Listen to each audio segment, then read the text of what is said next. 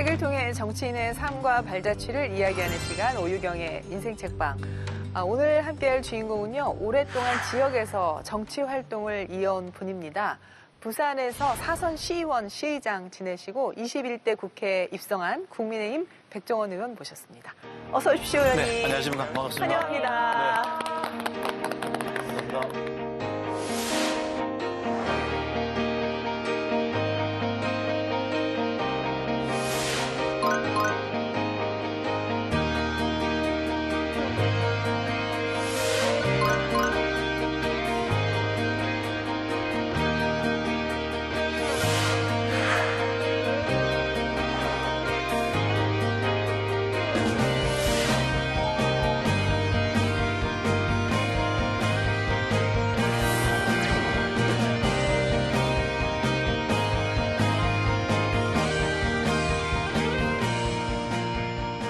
의원님 특별히 귀한 손님인 게 원래 새해 벽두에 이렇게 오시는 맞아요. 손님이어서 더 네네. 반갑고 더 귀한 것 같은데 네. 2023년도 어떻게 새해 계획 세우셨어요?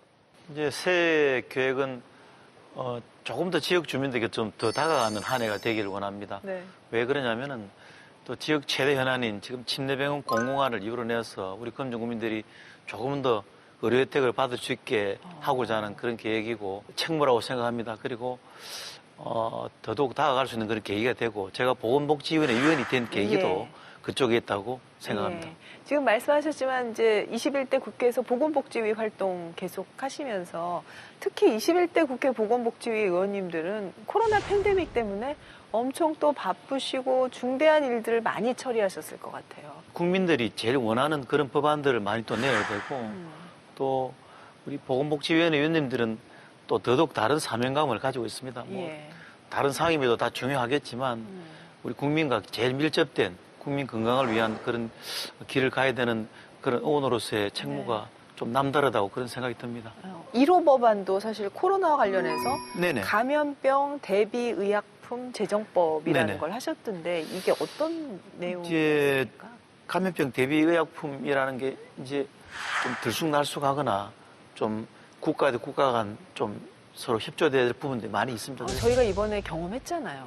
네네. 그게 얼마나 네네네. 중요한지. 그래서 그것들을 이제 재정법이 발의되었는데 제가 이것을 이제 조금 더 강조하기 위해서 아울러서 제가 동의안을 받았습니다. 네. 서명을 제가 아마 국회 생기고 초선 중에 동의안을 제일 많이 받았습니다. 그 대표 발의 10명만 하면 되는데 네.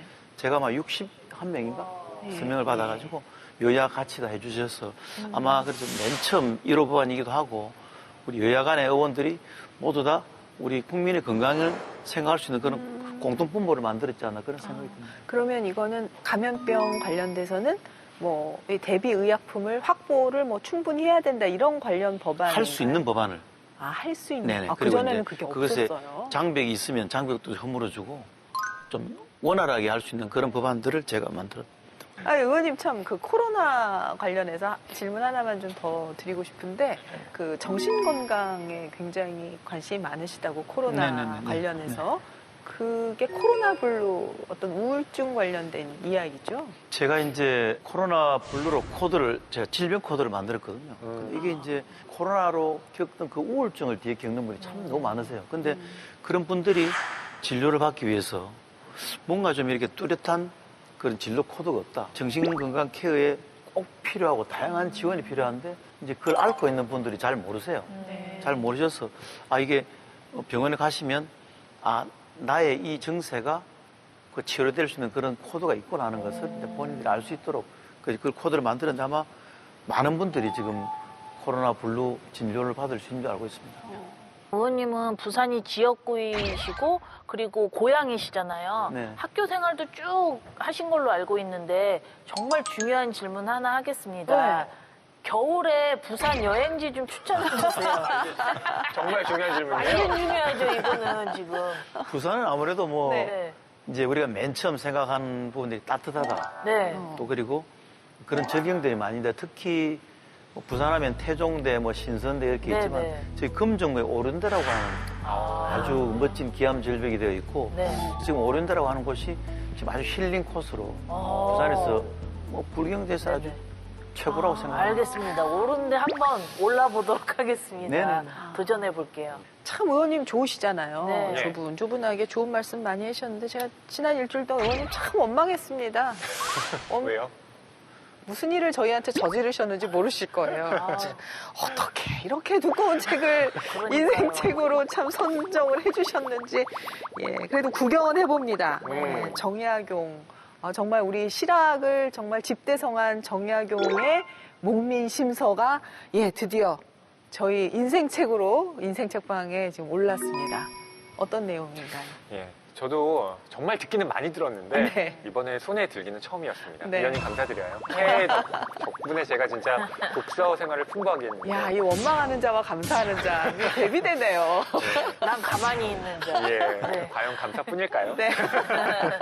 이 목민심서가 정약용 선생이 워낙 유배 생활이 길었잖아요. 네. 18년간 이 유배 생활을 하셨는데 그 가운데 정말 많은 독서를 하셨고 또 저술 활동도 참 많이 하셨습니다. 그 대표작 가운데 하나가 이 목민심서인데요.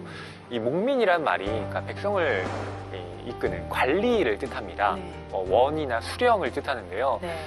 이 처음에 부임을 해서 어떻게 생활을 해야 되는지 또 이 지방의 이 행정을 어떻게 해야 되는지 그 구체적인 세목들을 정말 자세하게 짚고 있고요. 또 무엇보다 관리로서 가져야 할 마음가짐에 대해서 아주 상세하게 적고 있는 책입니다. 네. 어떻게 보면은 지방 관리가 아니라 귀향간 몸으로 지은 책이기 때문에 특히 목민심이라는 마음심자를 뒀다라고 이제 서론에 보니까 있기도 하던데요. 의원님께서 이 책을 인생책으로 선정한 이유는 어디에 있습니까? 국가의 준추적인 것이 청렴과 공정이라고 또 강조되어 왔는데 네.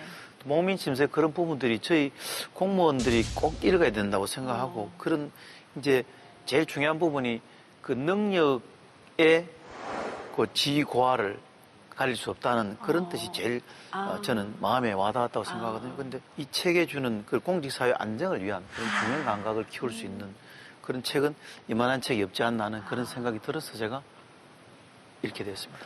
시의원을 16년을 하시고 이제 네. 국회의원으로 네. 진출을 하셨는데 그래서 저는 시의원 시절에 읽으셨나? 그때 뭔가 본인을 다스리기 위한 책으로 읽으셨나? 이런 상상을 했었는데 언제 읽으신 책이에요? 솔직히 말씀드리면 시의원 시절의 어떤 그런 스케일은 지역민과 같이 유대하고 네. 또 부산시의 예산과 그런 균형 감각만 이루면 된다고 생각했는데 네. 국회의원이 되고 보니까 뭔가 많이 부족함을 느꼈습니다. 그리고 특히 읽고 싶었던 책을 국회의원이 되고 읽었는데 근데 조금 더 일찍 읽었으면 조금 더 일찍 국회의원이 안 되겠나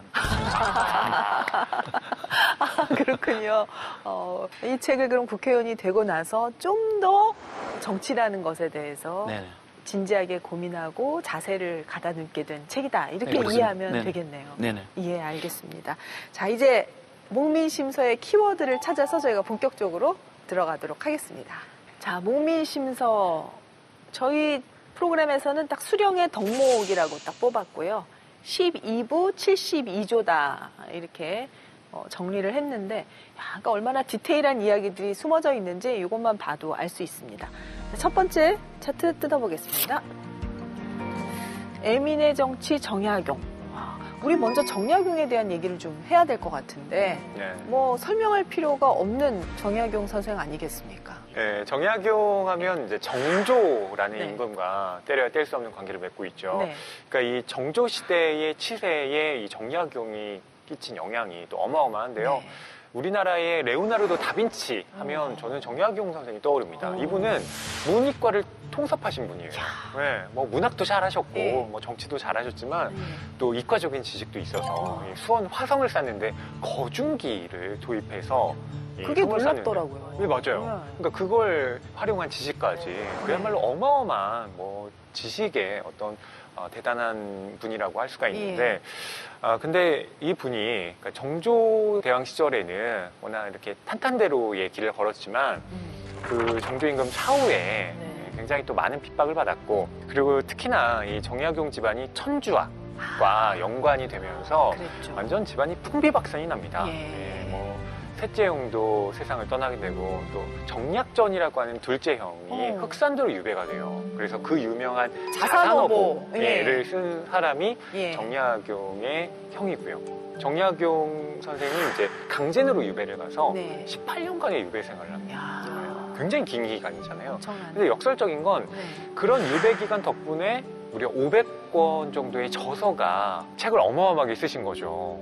만약에 벼슬을 하셨다면 그 정도의 저술은 못 남기셨을 텐데, 그래서 지금도 그 정약용 선생의 그 저술을 가지고 다산학이라고 아예 그런 학문이 연구될 정도입니다. 네.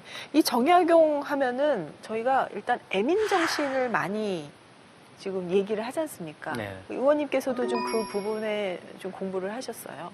사회적 약자는 국가가 보호해야 된다. 예. 뭐 그런 생각 가지고 있습니다. 근데 그런 조치를 하는 그 핵심이 이제 목미주에서 보면은 사편의 애민육조에 의하면 노인을 공양하고 어린 아이를 잘 돌보고 또 불쌍한 사람들을 도우며 질병에 걸리거나 몸이 불편한 사람들을 위해한다는 그런 내용들이 나오고 있는데 오늘날 사회복지와 또 행정 그런 영역과 일맥상통하다는 그런 생각을 가지고 있습니다. 네네네.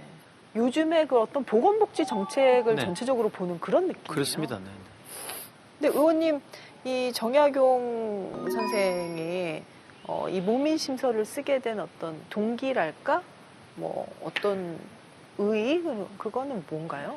성원에 보시면 잘 드러나 있는데 다산 목민에 대한 부상과 또 계획을 오래전부터 한 사실을 다산의 그 부친께서 현감, 군수, 부사 또 목사를 지낼 때 그 임지를 이렇게 따라다니시면서 보고 들었던 그런 네. 내용들이나 또 생각들 본인이 또 곡산 부사를 하면서 또 간직을 경험했고 네. 또 현장감 있는 목민심서 작성하는데 많은 그 배경 지식이 되었다고 생각합니다. 그리고 또 암행의사와 또 귀향살이까지 하신 그 일반 공직자가 쉽게 접할 수 없는 그런 일들을 많이 경험하였고 그래서 네. 지방행정관의 문란함과 부패로 인해 고통받는 민생도 두루 살필 수 있는 그런 생각들을 많이 가지다 보고 당시 입법, 사법, 행정 그 세 가지 모두를 실행할 수 있는 그 지방 목민관이 역할이 얼마나 중요한지에 대한 네네. 그런 실감 나는 내용이다 이렇게 생각합니다. 어떻게 보면은 지방 목민관 또 어떻게 보면 신임 새로 부임하는 사또들의 어떻게 보면 교과서, 네. 교본을 쓰신 거잖아요. 네네. 여기에 그 당시 백성에 대한 고발상, 처참한 모습도 많이 써놓고 시도 써놨어요. 네. 그래서 그렇게 드라이한 책이 아니고 이렇게 보면서 뭔가 그 당시 시대 상황을 같이 호흡할 수 있고 느끼게 해주는 네네. 그런 책이어서 좀 의외였거든요. 의원님께서 한 부분을 좀 소개해 주신다면은 그 시 제목이 적성촌 한 초가집의 참상입니다.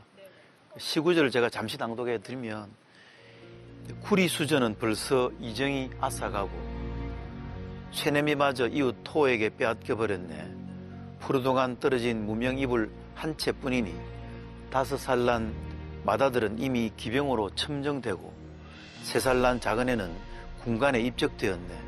두 아들의 군포가 1년에 500푼이니 하루빨리 죽기를 바라는 터에 항차오까지의 마음을 쓰겠는가 라고 이렇게 되어 있습니다. 그런데 정약용 선생께서 이렇게 직접 지은 시를 백성들에 대한 애정에 대한 대단했다는 그런 생각이 들고 특히 그 마음이 아마 암행의사 시절에 만났던 탐관오리에 대한 비판으로 표출되고 있다고 생각합니다. 병정편을 보면 힘없는 백성을 무작위로 병적에 올리고 또 군포를 거두는 비합리적인 법령인 결국에는 그들이 다 죽이고 그들을 다 죽이고 말 것이라는 그런 걱정의 시선이 마음 깊이 주는 대목이라고 생각합니다. 의원님이 이제 어떤 시의원도 오래 하셨고 국회의원도 지금 경험을 하고 계시잖아요. 지역의 시민들의 복지라든가 아니면 의료 관련된 거는 시 안에서의 지방자치의 시의원의 역할이 더 큰 것 같으세요? 아니면 국회의원으로서 할 일이 더 많으신 것 같아요? 국회와 시는 현격히 차이 난다고 생각합니다. 근데 제가 늘 꿈꿔왔던 어떤 국회에서의 할 역할들이 너무 많다는 것을 알게 되고 네. 더 큰 곳으로 나와서의 어떤 느낌이 작은 곳에 있었던 게 큰 경험은 된다고 생각하지만 더 노력해야 된다는 그런 생각을 가지게 되는 그런 상황이고 시의회에 있을 때에는 그 기울어진 운동장 폭을 조금 이렇게 큰 각도는 아니라고 생각했는데 국회에서 봤을 때는 너무나도 많이 기울어진 것이 많다는 생각이 들고 그래서 저는 모든 것이 답이 현장에 있다. 그래서 우문현답이라는 생각을 가지고 현장을 많이 발로 뛰고 또 국회에서도 많은 부가 접촉하고 그 관련된 그 부서와 많이 좀 접촉하는 그런 하여튼 어쨌거나 많이 좀 뛰어야 된다. 뛰어야 그런 된다. 생각을 현장을 많이 봐야 된다. 네네. 결국 정약용 선생님께서도 사실 중앙정치 무대 큰 정치하시던 분인데 목민관에 대한 이야기를 쓰신 거 보면 현장 정치가 얼마나 중요한지에 대해서 이제 강조하시는 네네. 것 같아서 말씀을 드렸고요. 의원님 학창 시절이 좀 궁금하거든요. 지금 모습 뵈면은 지금도 열심히 공부하시는 것처럼 학창 시절에도 완전 공부 열심히 하고 완전 그 모범생. 그렇지 않습니다. 그렇게 당당하게 깜짝 놀랐습니다, 의원님. 진짜요? 늘 제가 늘 생각했던 바는 공부도 인생의 전부인데 공부가 인생의 전부는 아니다라는 것을 동시에 많이 느끼고 제가 어릴 적부터 가졌던 그런 꿈들은 어떤 일을 할 수 있을까 보다는 이런 일을 해야 되겠다는 생각을 아주 어릴 적부터 가지고 있었습니다. 이거 정치하시겠다는 생각이요? 네네. 어릴 그 이제 때부터요? 뭐 부친의 영향도 좀 있긴 합니다만 그 부친께서는 그런 생각만 불어넣어 주셨지 직접적으로 본인께서 이렇게 저를 손을 잡고 밖에 다니면서 뭐 이렇게 사물을 보여주는 게 아니고 너가 실질을 보고 느끼라고 하는 것을 많이 주셔서 제가 뭐 하여튼 어릴 때부터 자립심을 많이 키우신 것 같아서 뭐 예를 들면 제가 5살 때 할머니 댁에 그냥 혼자 버스를 2번 갈아타고 5살 때요? 예, 5살인데 할머니 버스를 댁에 2번 혼자요? 갈아타셨다고요? 거짓말 같으시죠? 네. 사실입니다. 그래서 그런 것들이 저에게는 제가 이제 약간 나이가 들어서 저희 부모님께 여쭤봤어요. 왜 그 어린 나이에 있는 아이를 그렇게 감히 보낼 수 있느냐라고 맞아. 했더니 그렇게 키우셨다는 거죠. 저는 근데 그게 어떤 배움인지 몰랐지만 나중에 제가 느낀 바는 이게 자립심을 키울 수 있는 길이구나 하는 생각입니다. 아버지가 혹시 기업을 운영을 하신 걸로 아는데 아버지 네. 기업을 혹시 이렇게 같이 하셨어요? 제가 지금 2세대로 운영하고 있습니다. 2세시군요. 근데 이제 그 2020년 국회의원이 되고 이제 국회의원은 회사 대표이사직을 할 수 없으니까 면직이 되어서 지금 다른 사람이 하고 있습니다. 그럼 특별히 아버님을 평소에도 존경하고 좀 무서워하고 다른 2세 분들이 좀 많이 그러시던데. 근데 존경하고 무서워할 줄 모르면 그 기업이 계속 이어질 수 없다는 생각은 지금 저희 회사가 52년째 우와. 되었습니다. 그 부친께서 이제 38에 창업을 하셨어요. 창업을 하셨는데 지금 올해 90이십니다. 일선에 나오시진 않지만 네. 예전에 제가 어릴 때 하셨듯이 생각들을 많이 불어넣어 주시고 직접 나서지는 않으시고 저는 그 어릴 때 그런 성장 과정 중에 그 자립심이 지금 제가 이걸 역량을 발휘할 수 있는 길이다 하는 생각을 저도 모르게 의식을 가지고 있는 것 같아요. 1세대 기업인이시면 정말 정신이 추상 같은 분이셨겠죠, 아버님이. 그러고 보면은 정치를 나가겠다고 하는 거 반대 안 하셨어요? 오히려 그 반대입니다. 직접적으로 저에게 그것을 하라고 권유하신 분이거든요. 생생히 기억납니다만 대학 1학년 때 아버님하고 등산을 늘 다녔거든요. 네. 다녔는데 옛날 어른들 보면 이 소나무에 등을 이렇게 네. 등으로 예, 하시죠. 등을 예. 치시면서 종원아 아버지 성공했다. 이제 정치를 좀 할 수 있도록 해라. 근데 내가 나서지는 않는다. 뒤에서 생각을 옮겨주겠다. 이렇게 하잖아요. 근데 그 덕에 제가 기업도 또 이어받을 수 있었고 또 기업을 다시 제 자식들에게 내려갈 수 있는 그런 교도. 저도 아마 그런 식으로 그 물려줘서 경영을 그냥 물려주는 개념은 아니고 예. 실질적으로 능력을 지금 다 기업들이 그냥 만드셔서. 물려주는 것을 옳게 생각하지 예, 않거든요. 근데 예. 물려주는 것이 옳지 않지만 어떻게 물려주느냐 방법에 따라서 그게 옳을 수 있다는 생각을 가지고 있습니다. 네. 의원님 그러면은 지금 정치 생활 그 지역에서 16년 하시면서 가장 보람 있었던 거 한 가지만 꼽자면 어떤 게 있으신가요? 아무래도 여러 가지 이제 뭐 일들이 많이 있겠습니다만 그때 당시에 그 중학생이 무료 급식이 안 됐어요. 음. 그래가지고 맞아요. 지금은 고등학교가 됩니다. 근데 아무래도 그때 제가 중학생 무료 급식을 만들어 때문에 지금 고등학교 무료 급식까지 왔다고 보는데 그때 당시에 시장님은 보수시고 교육감님은 진보세요. 예, 그때 그래요. 이제 화합을 만들어야 되는 역할을 제가 시의장 때 이제 제가 해야 됩니다. 그래서 양쪽에 가서 설득을 하는 것보다 이게 무상급식이 더더욱 더 발전적으로 앞으로 고등학교까지 갈 수 있는 길은 오히려 진보 교육감에게 가서 설득하자. 제가 그런 마음을 먹어가지고 그때 진보 교육감에 가서 그 예산을 과감히 50억을 더 주십시오. 교육적 예산을. 그게 아이들을 위한 길입니다 하고 제가 설득해서 시장, 교육감, 의장이 한 자리에서 네. 이제 그 기자회견을 했습니다. 제가 양쪽 손을 잡고. 그러니까 이게 그림이 상당히 좋은 거예요. 그랬네요. 뭐 예산을 더 받아왔다, 예산이 네네. 많이 투여된다 보다도 네네. 이제 화합한, 그 제가 중간에 딱 서서 두 분 시장과 교육감 양손 잡고 그래서 이제 그 신문에 좀 크게 납니다. 자, 수령의 덕목 계속 두 번째 차트. 수령의 첫 번째 덕목 청렴이다. 여기서 이제 수령의 여러 가지 덕목을 얘기했는데 그 중에서도 청렴을 제일로 친 게 참 눈에 들어오더라고요. 그만큼 당시 관리들이 청렴하지 않았다라는 이야기죠. 예. 그러니까 이 몸과 마음을 다스려야 한다라고 하는 율기편에 나오는데요. 청렴도 뭉뚱그려서 이야기하는 게 아니라 이것도 등급을 나눕니다. 예. 네. 그래서 최상 등급이 뭔가 하면 나라에서 주는 봉급 외에는 아무것도 받지 않고 네. 또 설령 약간 남는다라고 할지라도 그걸 집으로 가져가지 않는 것. 네. 그리고 나중에 퇴임할 때는 그냥 말 한 필 정도 가지고 그거 타고 귀향하는 그 정도를 최상 등급의 이 청렴으로 칩니다.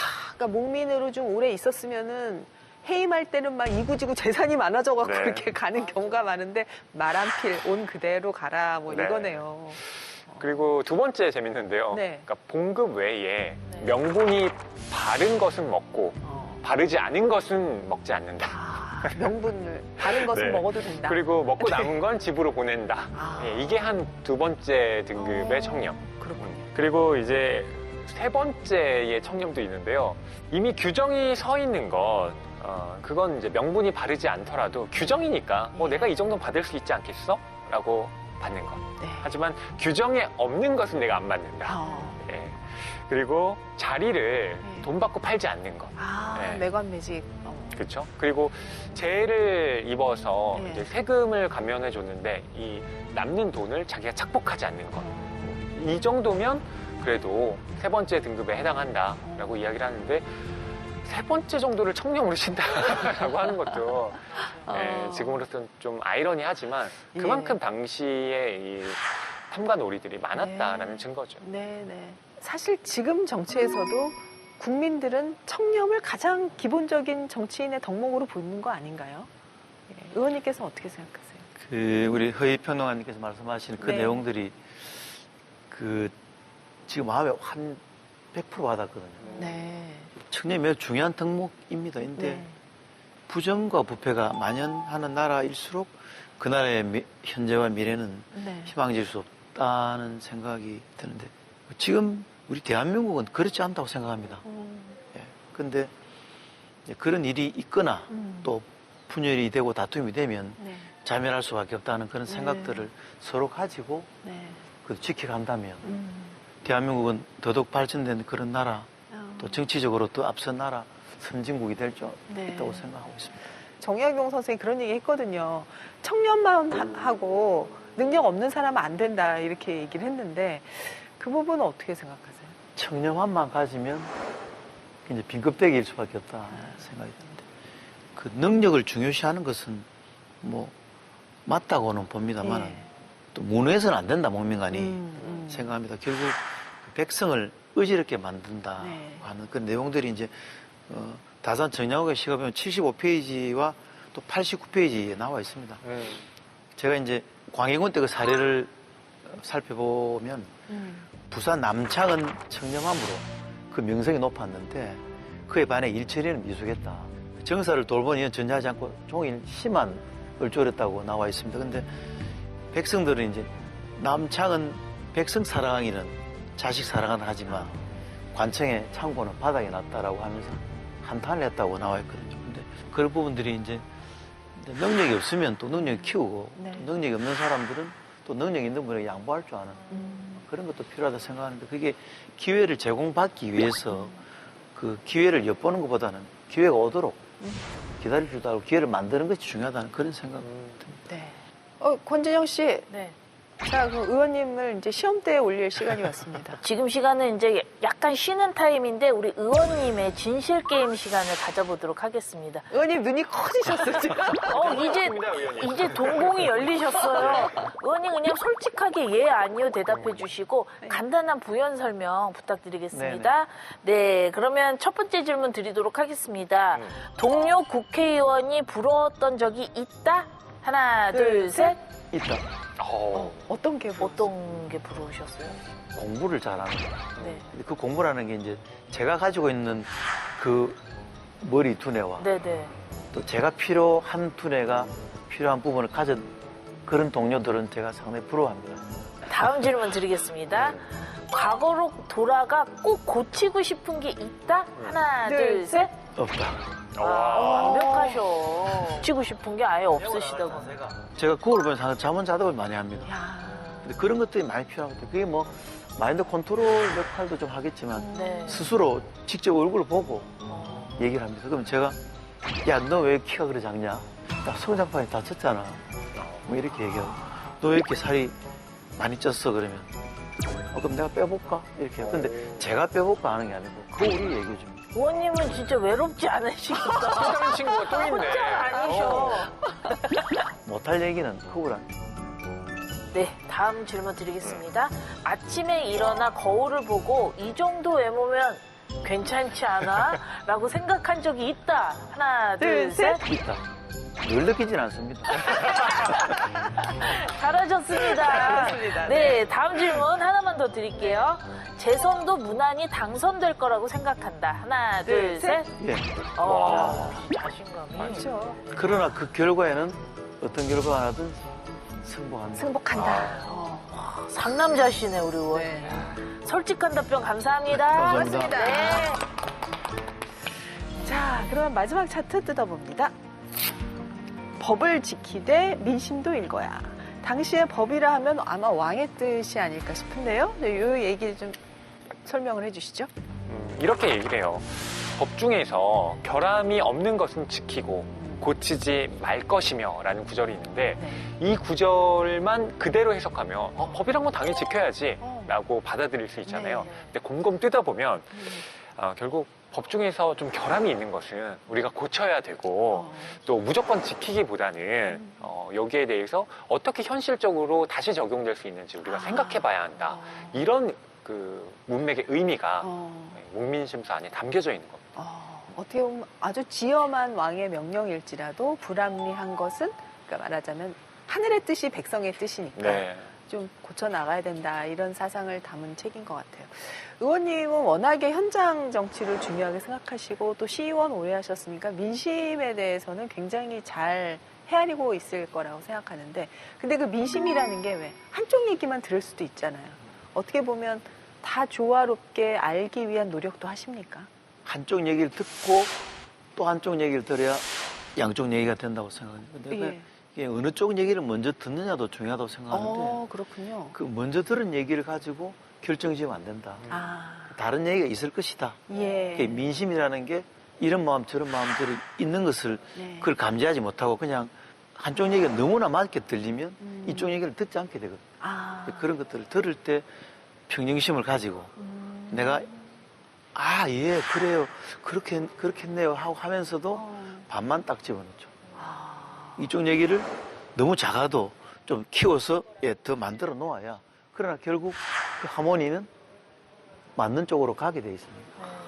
하여튼 물 흐르듯이 해야 된다고 생각하고 네. 그건 뭐 그게 하여튼 저 하나쯤 괜찮겠지 하는 그런 생각하지 말고 항상 우리 국민들을 민심을 좀 두려워할 줄 알고 좀 겁내할 줄 아는 사람이 돼야 된다 생각하고 민심을 겁내할 줄 알다 보면 내가 너무 겁낼 필요는 없겠구나 또 너무 두려워하면 두려워할 필요 없겠구나 하는 생각을 가졌을 때 뭐 이 우리가 말하는 이 안정적인 구조가 안 되겠네요. 네.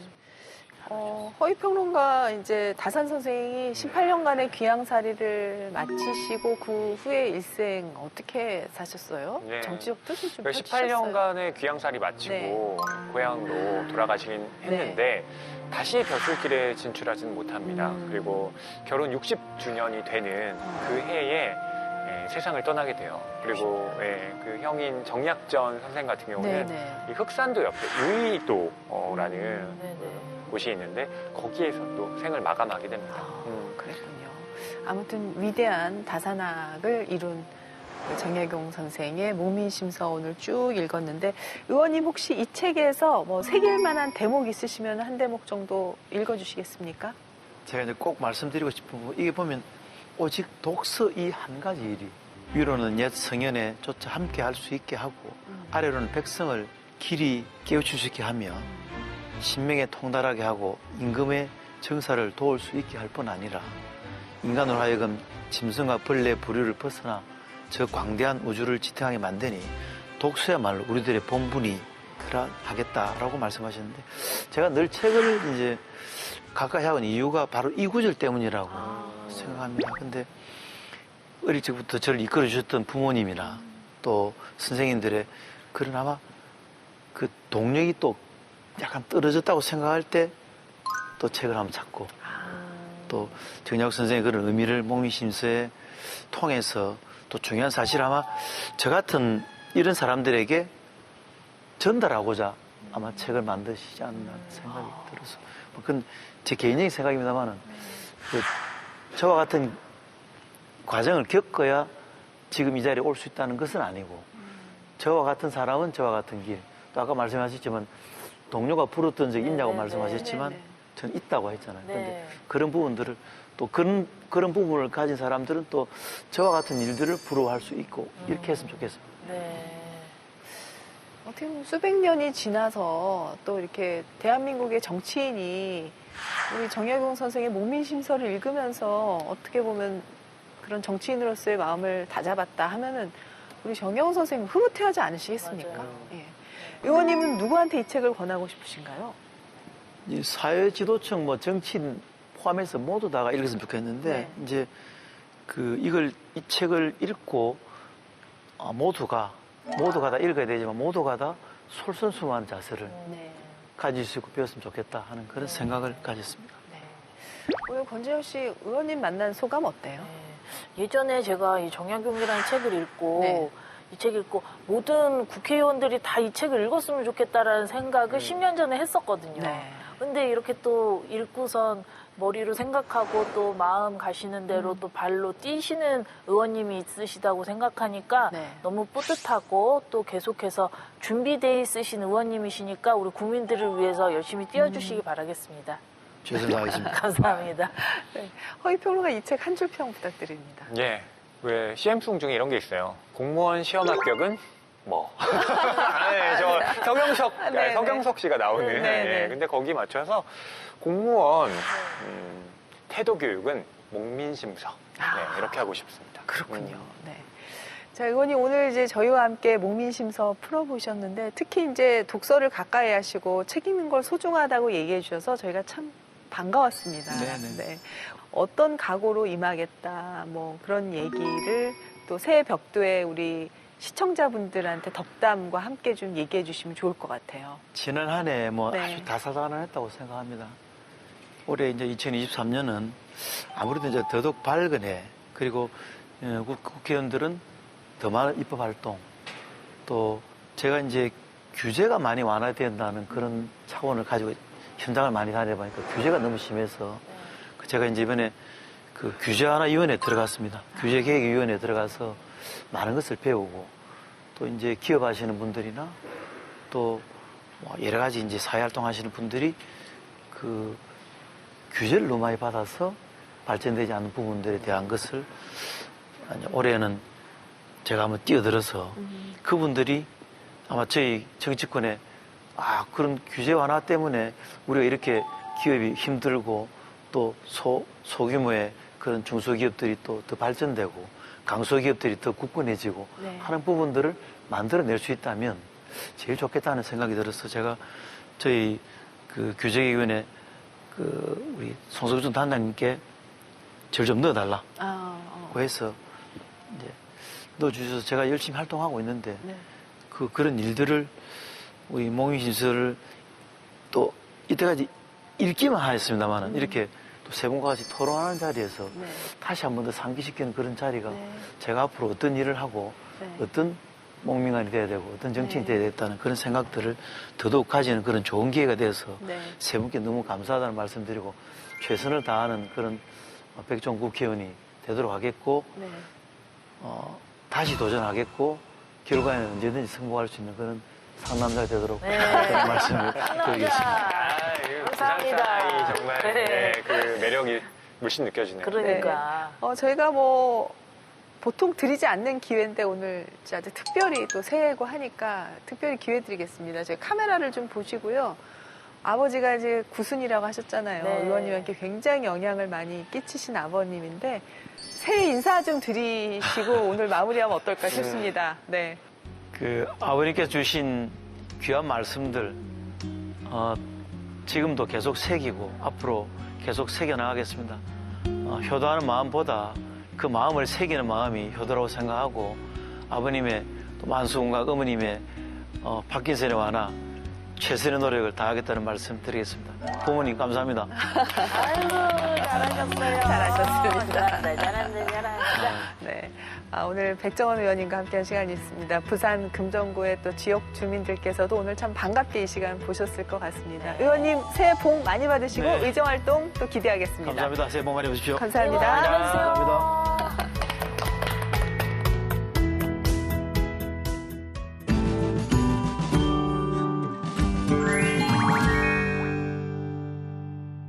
안녕하세요. 국회도서관과 함께 다양한 책을 소개해드리는 오늘 모익지의 홍재경입니다. 오늘은 국회도서관이 나를 쓰다라는 주제로 엄선한 책을 소개해드리려고 합니다. 최근 주목받고 있는 책도 놓치지 않고 준비했는데요. 먼저 사회과학 분야 도서부터 만나러 가보실까요?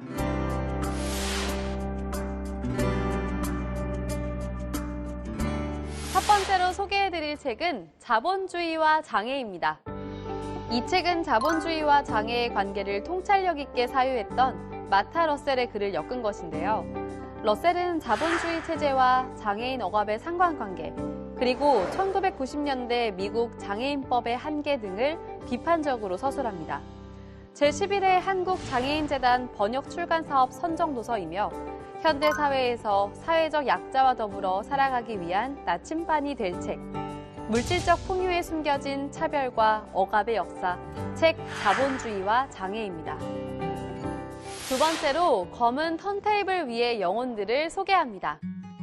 힙합은 1970년대 후반 뉴욕 할렘가에 거주하는 흑인이나 이주민들에 의해 형성된 새로운 문화운동의 전반을 가리키는 말입니다.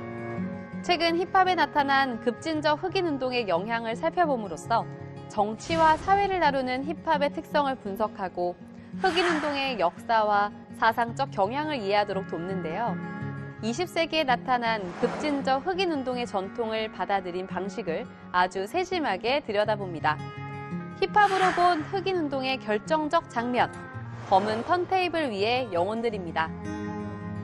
이번 주 국회도서관 뷰큐레이션 책으로 말을 걸다 주제는 나를 쓰다입니다. 봉준호 감독이 수상소감에서 인용해 유명해진 가장 개인적인 것이 가장 세계적인 것이다 라는 말처럼 위대한 작품들은 실제 경험을 바탕으로 한 자전적인 성격을 띠는 경우가 많은데요. 치열한 자아 성찰과 삶의 통찰이 담긴 대표적인 자전소설들을 모아봤습니다. 생생히 묘사된 작품들 속으로 함께 가보실까요?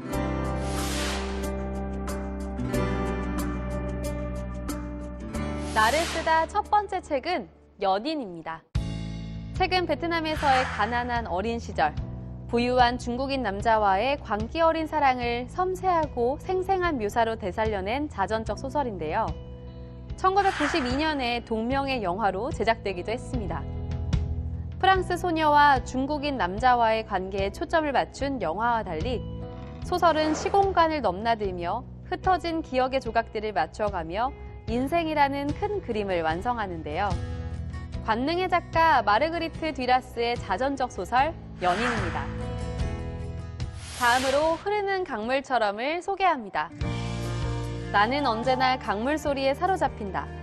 저자 노먼 맥클린이 소설 흐르는 강물처럼을 끝맺으며 쓴 이 마지막 문장은 독자들로 하여금 마지막까지 그의 작품에서 헤어나오지 못하게 만드는데요. 예술적인 경지에 도달한 플라이 낚시의 환상적인 장면과 더불어 가족 간의 사랑과 아픔, 그리고 인생의 참 의미를 잔잔하게 그려냅니다. 감동이 강물처럼 굽이쳐 흐르는 소설 흐르는 강물처럼을 추천합니다. 마지막으로 다르마 행렬을 소개합니다. 책은 환영과 같은 찰나의 세계에 구애 없는 진정한 자유를 얻기 위해 고행 같기도 하고 기행 같기도 한 갖가지 모험을 자처하는 두 청년의 여정 속에서 드러나는 삶에 대한 아름다운 위엄과 뜨거운 열정을 그려내는데요. 저자 잭 케루악의 리듬감 있는 문장과 그를 끊임없이 방황하게 했던 문학적, 종교적 고민들에 대한 눈부신 기록들을 만나보고 싶다면 다르마 행렬을 읽어보시는 건 어떨까요? 오늘도 국회도서관 추천 도서로 즐거운 독서 시간 가져보시기 바랍니다. 자세한 책 내용은 국회도서관 홈페이지에서, 다시 보기는 국회 방송 홈페이지에서 보실 수 있습니다. 저는 다음 주에 새로운 책으로 여러분을 찾아뵐게요.